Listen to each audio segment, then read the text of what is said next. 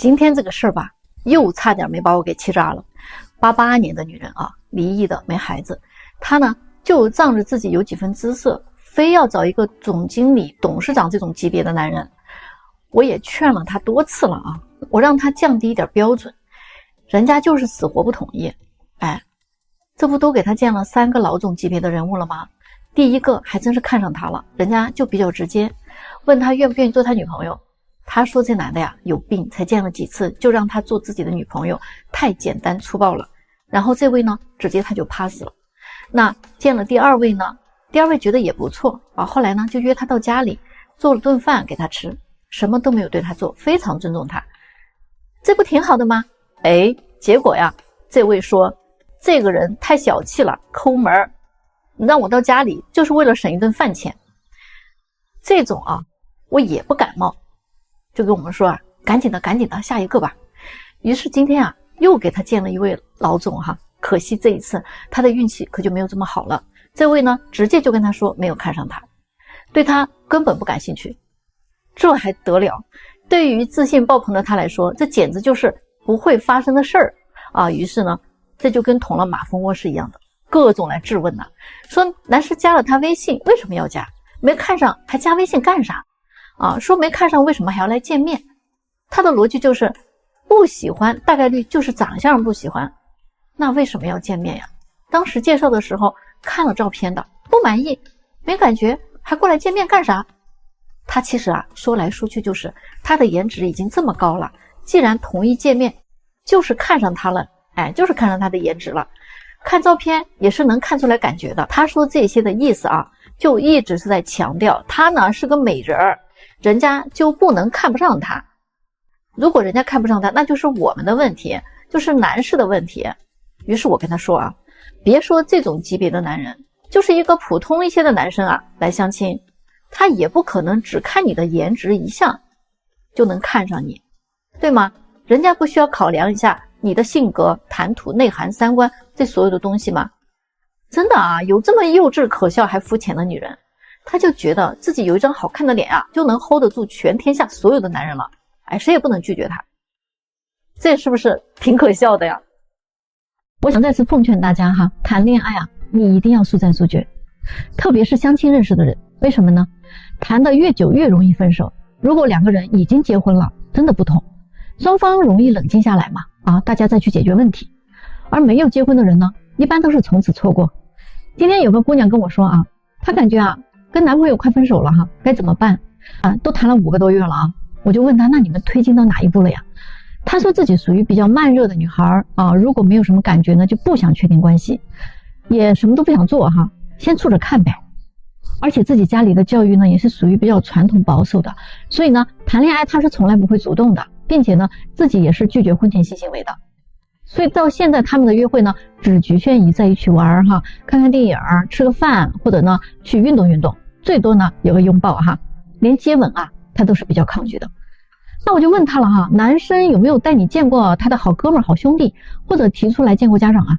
他说朋友倒是见过几个哈，见家长呢提过的，但是自己拒绝了，那时候觉得还没啥感觉啊，不太确定，所以就没去。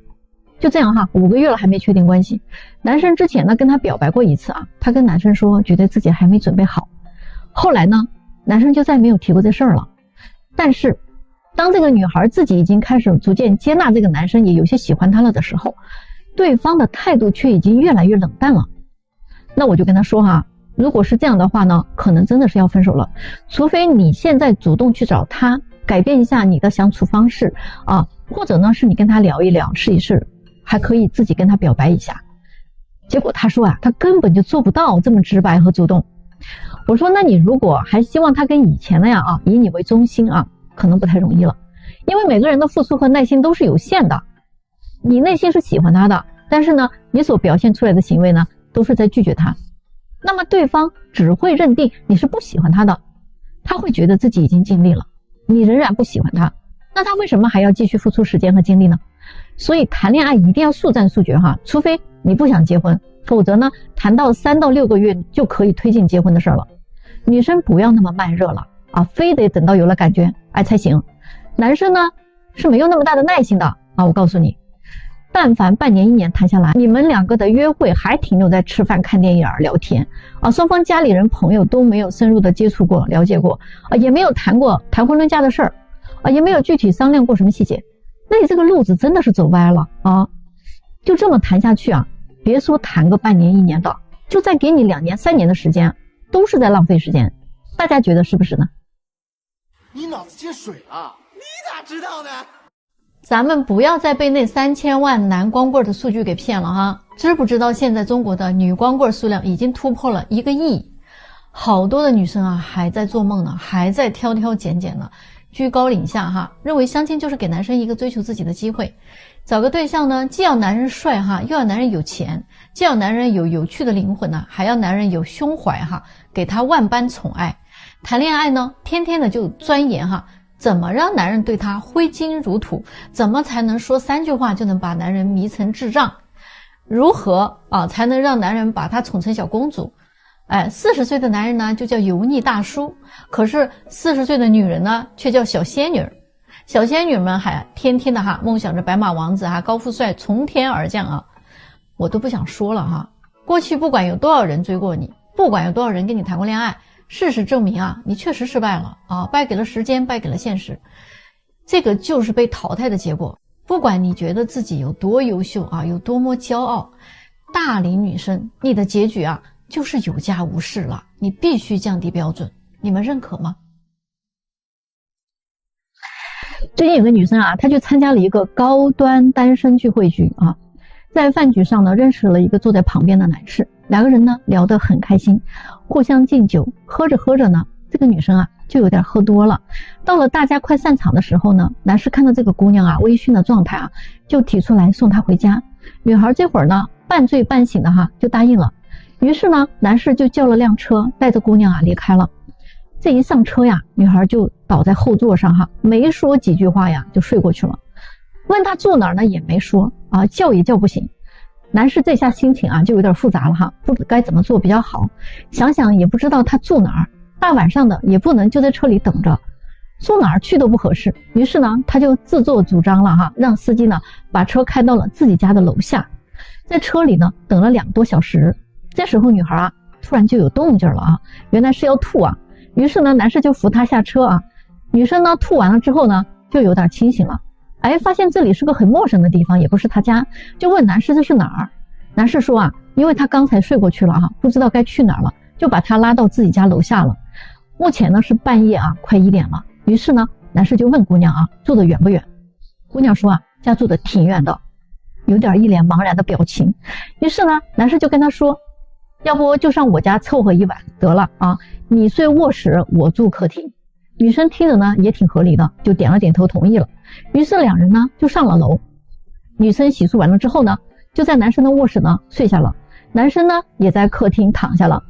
可是后面问题就来了他俩各自睡了2个多小时之后男生在客厅越睡越冷，然后就开始敲卧室的门让女生给他开门女生死活就不开。这俩人就开始你一句我一句就争执起来了。男士呢说自己睡客厅太冷了想拿床被子出来。女生呢就死活就不开门说男生想要耍流氓。大家来说一说这件事情到底是谁处理的不好呢？相亲现场总是这么狗血的吗？27岁的姑娘跟30岁的小伙相亲刚刚坐下来相互寒暄之后，两个人就有点找不到话题了。然后这个姑娘呢就灵机一动那就跟那些视频里拍的真是一模一样的说那咱俩都是来相亲了嘛，要不然就说说条件，说说要求吧要不你先来吧。于是呢，男生就开始说自己嘛说那个自己现在在租房子住也不太喜欢开车，上班呢坐地铁挺方便的，工资大概20万就这些吧。然后自己呢想找一个不物质的姑娘性格好一点的，能一起同甘共苦的，能过日子的。女生听到这儿脸色就不太好看了她说不是吧，没人明明跟我说你条件特别好，是个富二代，怎么你们俩说的不太一样呢？我倒不是说我非得找个富二代，但是咱们得诚实一点吧，实话实说不行吗？要是连这点诚意都没有，那还大老远跑来相亲干什么呢？要真是这个条件的话，我觉得咱们俩可能不太合适。于是男士说那抱歉我的别墅呢是在郊区有500平，上班因为太远了，所以在公司附近租了个房子住，方便嘛。我的车呢是劳斯莱斯，但是现在在单位上班不太方便那么张扬，而且租房子呀离单位特别的近哈，没有必要开车，地铁2站就到了，也很方便的。收入方面的话呢，工资就是这么多，家里的公司呢也有个职务，所以1年大概有200多万的收入。这个时候这个姑娘啊，她的脸色啊才正常了。于是她就说那我自己的话呢是普通工薪阶层的家庭学历呢是硕士，收入跟你呢是差不多的，我的条件呢就这样哈。我的要求呢跟你说一下吧。第一呢，我结婚的对象呢必须在北京有2套以上的房产，婚前呢其中1套要加上我的名字，另外1套呢最好是以后父母退休了也可以过来生活，可以来住一住的。第二呢，我们老家那边呢彩礼是50万，婚礼呢是男方来操办。第三呢，婚后你的工资卡得交给我来管，家里的资产呢我也要参与支配。第四呢，我不太擅长家务，最好婚后可以有保姆管理家务事。第五呢，他还没说到这一条哈，男生就开始打断他了，说我觉得你的这些要求呢我都能办得到，但是我有点犹豫哈，我想冒昧的问你个问题。女孩就很自信的说了什么问题啊？你说吧。男士说，请问你的这张脸整的时候花了多少钱啊？现在正常人都变少了吗？来相亲的男生女生经常说现在找个正常人谈恋爱都非常的难，真的那么难吗？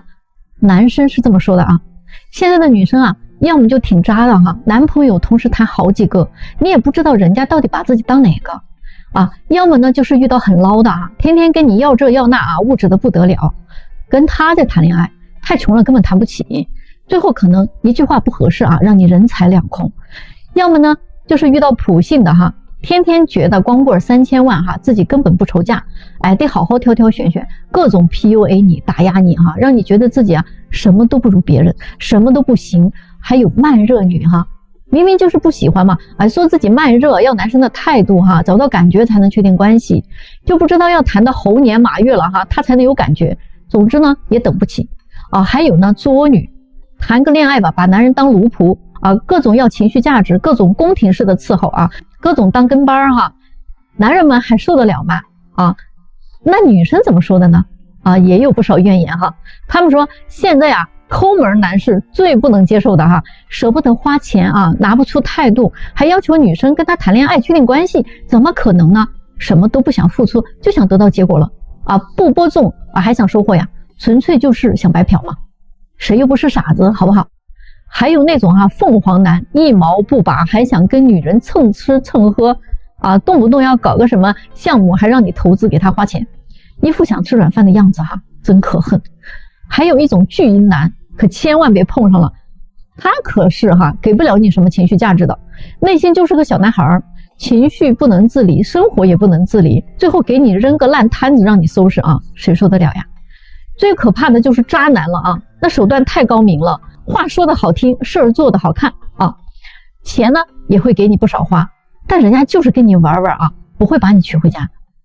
最后呢还有一种摆烂的躺平了，你爱谁谁吧人家就像爷一样的心态，不追求不讨好，你愿者上钩吧，这辈子不娶媳妇儿不生娃也能过得很潇洒，一言不合就冷暴力懒得理你，佛系人生了咱就说说这世上还能有正常点的吗我都替他们着急了，真的是挺难的。为什么现在只要女生一开口要东西，恋爱就容易弹簧呢？95年的姑娘跟我吐槽说她去年相亲相了几十个男生，其中呢也接触了7、8个每一次她都会试探性的让男生给自己买礼物或者转账她一直都认为呢在物质方面的付出是谈恋爱的时候对男生真诚度的一个试金石。有句话不是说嘛男人的钱花在哪儿他的心就在哪儿。但是她发现现在就很奇怪，每一次只要他不管是明示还是暗示的，这个关系就很难进行下去了。比如说有的男生直接就不跟他聊了，还有拉黑他的。还有的男生呢买完东西就想确定关系，就想亲亲抱抱。这个时候我就会觉得认识的时间那么短嘛，太快了吧，自己还没有什么感觉，怎么可能确定关系呢？所以我一般都会拒绝。但是只要我不同意好像男生们就不再追了，这个到底是怎么回事现在谈个正常的恋爱怎么这么难呢？你说现在的男生到底咋想的呀？来，咱们到评论区讨论讨论这个问题吧。相亲有这么直接的男生吗？最近呢，有一个92年的男生哈，他来找我匹配嘛，他条件挺好的，很快呢就给他匹配到一个95年的女生，他们俩见面了哈。见面之后呢，聊得还不错，彼此呢都挺有眼缘的。于是呢，男生就跟女生说哈，我觉得你是我见过的最满意的一个姑娘，你觉得我怎么样呢？女生说哈，我觉得你挺好的，不过我们还没有那么了解嘛，可以再接触接触再说。于是男生就说可以啊，不过啊，在接触之前呢，我想问你几个问题，不然呢，再接触也是浪费大家的时间。女生说可以啊，那你想问什么问题啊？结果男生就说，你介不介意我们互查一下开房记录和就诊记录，这样就可以了解得更快一些啊。女生说我不介意啊，这个可以的。男生没有想到女生会同意哈，就很高兴的说，那我接下去呢还有2个问题呢，你别太介意，如果你不想回答也可以啊。他说我想问一下你有没有过同居史，另外一个问题就是哈，你有没有打过胎。姑娘脸色突然就变了哈，她可能也是忍了很久了，嗓门一下子提高了8度，说你这个人哈是不是有病啊？相亲这么直接问别人的隐私的吗？我为什么要告诉你呢？你现在还不是我的什么人好不好？是不是有点太过分了？难怪你相了30多个女生全部都失败了，你活该你知道吗？结果这个男生说哈，怎么着我还不能有自己的选择吗？我就是不能接受一个女生跟一个男生玩累了，然后呢就找一个老实人结婚当接盘侠，然后呢还来操控我们家3代的积蓄啊，给你买房买车送彩礼哦，还得给你优渥的生活，凭什么呀？反正我做不到，我就是不想接受那些同居过的女生，跟离了1次婚有什么区别呀？如果还堕过胎那就不用说了啊，我宁愿这辈子不结婚，我也不找这样的，我就是觉得膈应。大家觉得这个男生到底是有病呢，还是人间清醒呢？同居就等同于结婚了吗？有一个女生跟我说哈，最近她刷到过好多这种视频哈，看评论区的男生们都非常认同这个观点。那我就觉得哈，如果我是一个同居过的女生，我就不承认我同居过，谁又能知道呢？男生既然嫌弃有同居史的女生，有些女生也真是很傻的哈，男生问你，你就说没有不就完了吗？如果是我呀，我肯定不承认的，他又没有证据，怎么能发现呢？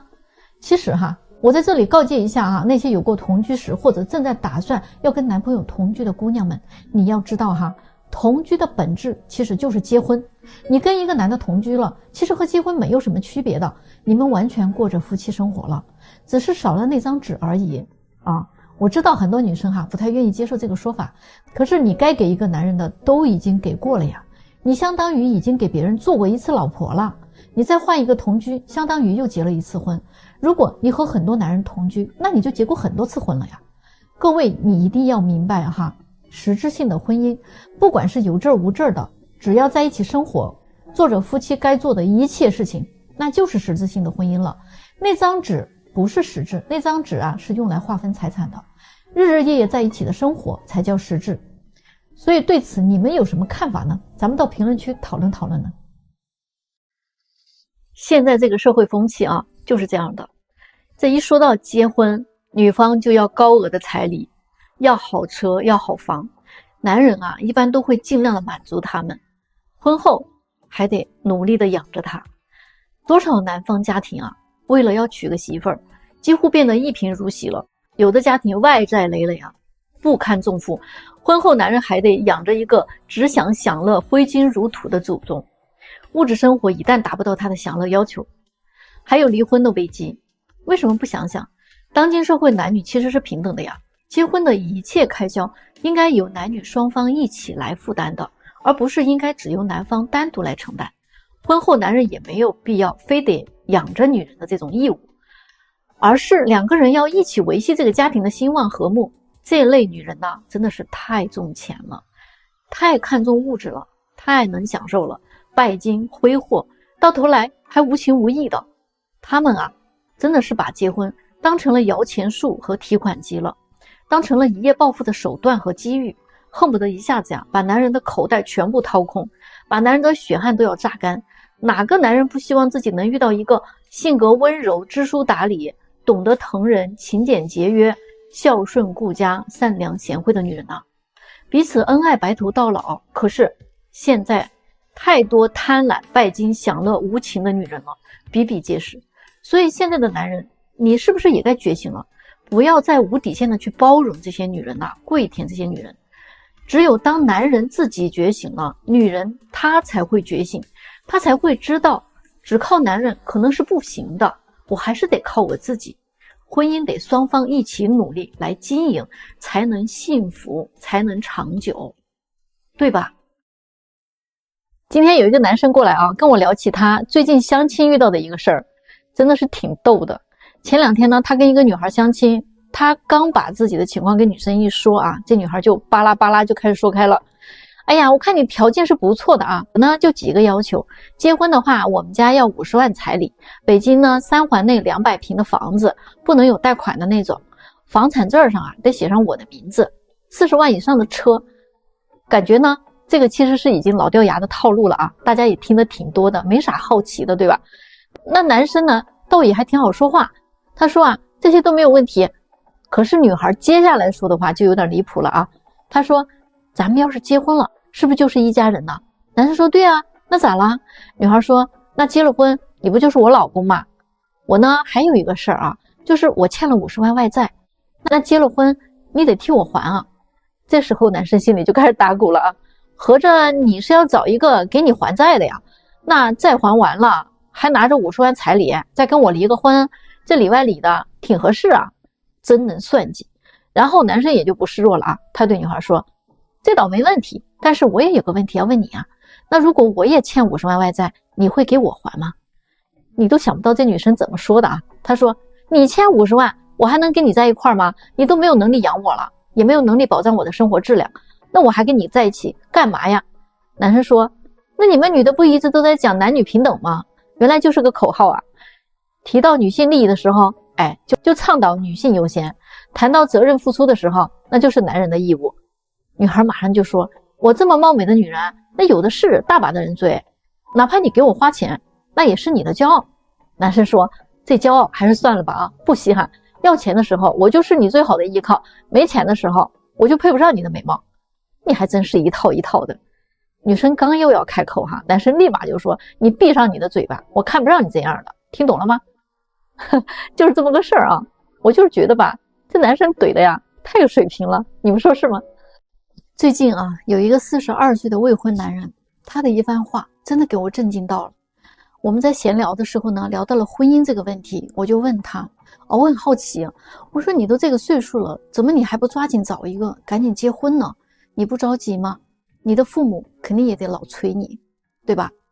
结果你们知道他怎么回答我的吗？他说我都这个年龄了，该经历的我其实也经历过了，现在年龄越大我越不想结婚，一个人生活我都习惯了。说实话，生活中啊，除了生孩子这件事我不能以外，我真的什么都会做，洗衣服、做饭、收拾屋子、出去挣钱。我要是缺女人，我也不是找不到，我不一定非得结婚，找个合适的太难了，索性我就放下了，随缘吧。他说其实啊，我是一个不想背负压力的人，喘不过气来的车贷、房贷，懒得在每一个节假日想着办法去给对方制造惊喜啊，制造浪漫啊。说实话啊，现在的女人太难搞了，我也不缺个祖宗，我不想一边辛辛苦苦上班，我还每天得担心着我要是不努力的话，老婆会不会嫌弃我跟我离婚。我也不想夹在我老婆和老妈之间受气，更不想一边孝顺父母还一边考虑传宗接代。而且呢，有了孩子之后啊，我还得拼了老命给孩子想办法买房买车，等孩子长大了我也老了，接着我还得操心孩子的婚事，我还得帮忙给他带孩子，重复的老一辈的生活方式。我自己能享受几天美好生活呢？